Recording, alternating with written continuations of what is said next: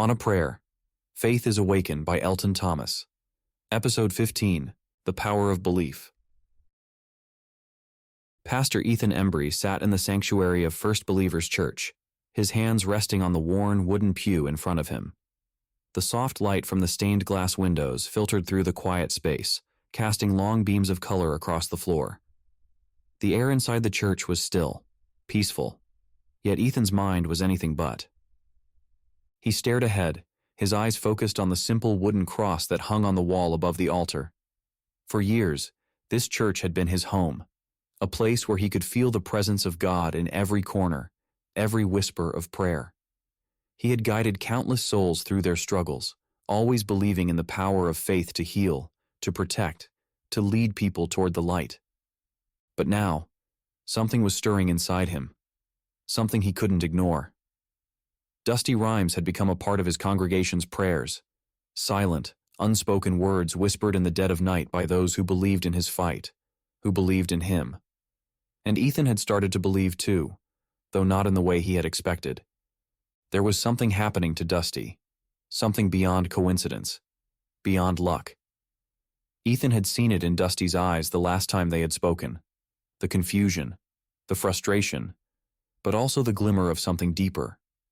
It was as if Dusty was standing at the edge of a great unknown, grappling with forces he couldn't see or understand. And Ethan was becoming convinced that those forces were tied to the prayers of the people who cared about him. He had seen miracles before, quiet ones, the kind that people often overlooked. A life saved here, a soul restored there. But what was happening to Dusty felt different. It was tangible, almost physical. And Ethan couldn't shake the feeling that Dusty's abilities, his near misses with death, were directly linked to something much larger than either of them could fully comprehend. The church was empty now, the quiet of the late afternoon settling like a blanket over the pews. Ethan ran a hand through his graying hair, his heart heavy with the weight of the thoughts swirling in his mind. He had been praying for Dusty every day, asking God to protect him, to guide him through the darkness that seemed to close in around him with every step he took toward Jackson Brown. But now, Ethan was beginning to wonder if those prayers were more than just words. Maybe, just maybe, they were having a direct impact on Dusty's journey. The door to the sanctuary creaked open, and Ethan turned to see Sarah, his wife, standing in the doorway. Her soft, warm smile eased some of the tension that had been building inside him. Sarah had always been his anchor, his grounding force in times of doubt. She moved quietly toward him, her footsteps barely audible on the polished wooden floor. "You've been sitting here for a while," she said gently, sliding into the pew beside him. "Everything okay?" Ethan nodded, though his expression remained thoughtful. "I've just been thinking," he said quietly, his voice tinged with a hint of uncertainty. "About Dusty, about what's been happening to him." Sarah's brow furrowed slightly as she studied her husband's face. She could see the worry etched into his features, the way his hands rested uneasily on his lap. "You're worried about him," she observed softly. "But it's more than that, isn't it?" Ethan let out a slow breath, his gaze returning to the cross above the altar. "I'm starting to believe that the prayers of this church, of the people who care about him, are doing more than just giving him strength. I think they're protecting him. I think they're affecting the very outcome of his journey." Sarah tilted her head slightly, her expression thoughtful as she listened. "You think the prayers are giving him power?" Ethan hesitated for a moment before nodding slowly. "Maybe not power in the way we normally think of it," he said carefully. "But there's something happening. Dusty has escaped death more times than I can count in the past few weeks. And every time it's been as if something or someone intervened." Sarah's eyes softened with understanding, her hand reaching out to rest gently on Ethan's. "Faith can move mountains," she said quietly. "Maybe what you're seeing is the power of belief, not just from Dusty, but from everyone who believes in him." Ethan turned to look at her, the weight of her words sinking in. He had always believed in the power of prayer, but this was different. This was something more tangible, more immediate. Could it really be that Dusty's survival, his abilities to narrowly escape danger, were linked directly to the prayers that surrounded him? "It's just," So hard for him to see it. Ethan murmured, his voice filled with quiet frustration. Dusty has spent his entire life relying on himself. He's built walls around his heart, around his belief. And now he's being asked to open himself up to something he can't control, something he can't fully understand. He's struggling with it, Sarah. Sarah nodded, her gaze filled with empathy. Faith isn't easy for everyone, she said softly, especially for someone like Dusty. He's used to fighting his battles alone. But that doesn't mean he's beyond the reach of faith. Maybe he just needs more time.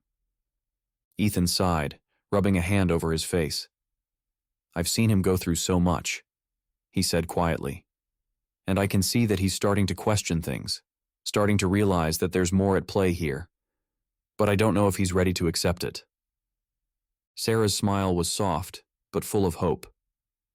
He doesn't have to accept it all at once, she said. Belief isn't something that happens overnight. It's a journey, just like the one Dusty's on right now. And maybe, just maybe, the prayers of the people who love him will help him find his way. Ethan nodded, his heart easing slightly at her words. He had always believed in Dusty's strength, but now, he was beginning to believe in something more. The power of the prayers that surrounded him. The power of belief that stretched beyond the boundaries of what Dusty could see or understand. As the sun began to set outside the church, casting long shadows across the sanctuary, Ethan stood up, his resolve strengthening. He knew that Dusty was out there, fighting a battle that was as much internal as it was external. And while Ethan couldn't be with him physically, he could offer something just as powerful. He could offer his prayers. Ethan stepped toward the altar, his heart filled with a quiet determination. He knelt before the cross, his hands clasped in front of him, his head bowed. The soft glow of the stained glass windows bathed him in gentle light as he began to pray, his voice low but filled with conviction. Lord, watch over Dusty. Guide him through the darkness. Protect him from the dangers that surround him, and help him to see that he is not alone. Give him the strength to face what lies ahead, and open his heart to the possibility that there is something greater at work. Let him know that he is loved, that he is cared for, and that he is not walking this path alone. As Ethan's voice filled the empty church, a sense of peace settled over him. He didn't know what the future held, didn't know what Dusty would face in the days to come. But he knew, without a doubt, that the prayers of the people who loved him were working, that the power of belief was stronger than anything Dusty had ever faced before.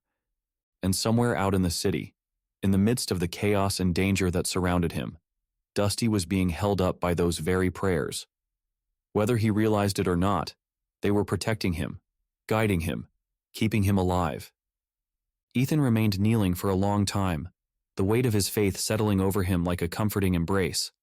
He believed in Dusty, but more than that, he believed in the power of prayer, the power of belief to change the course of a man's life. And he had no doubt that in the end, Dusty would come to believe in it too.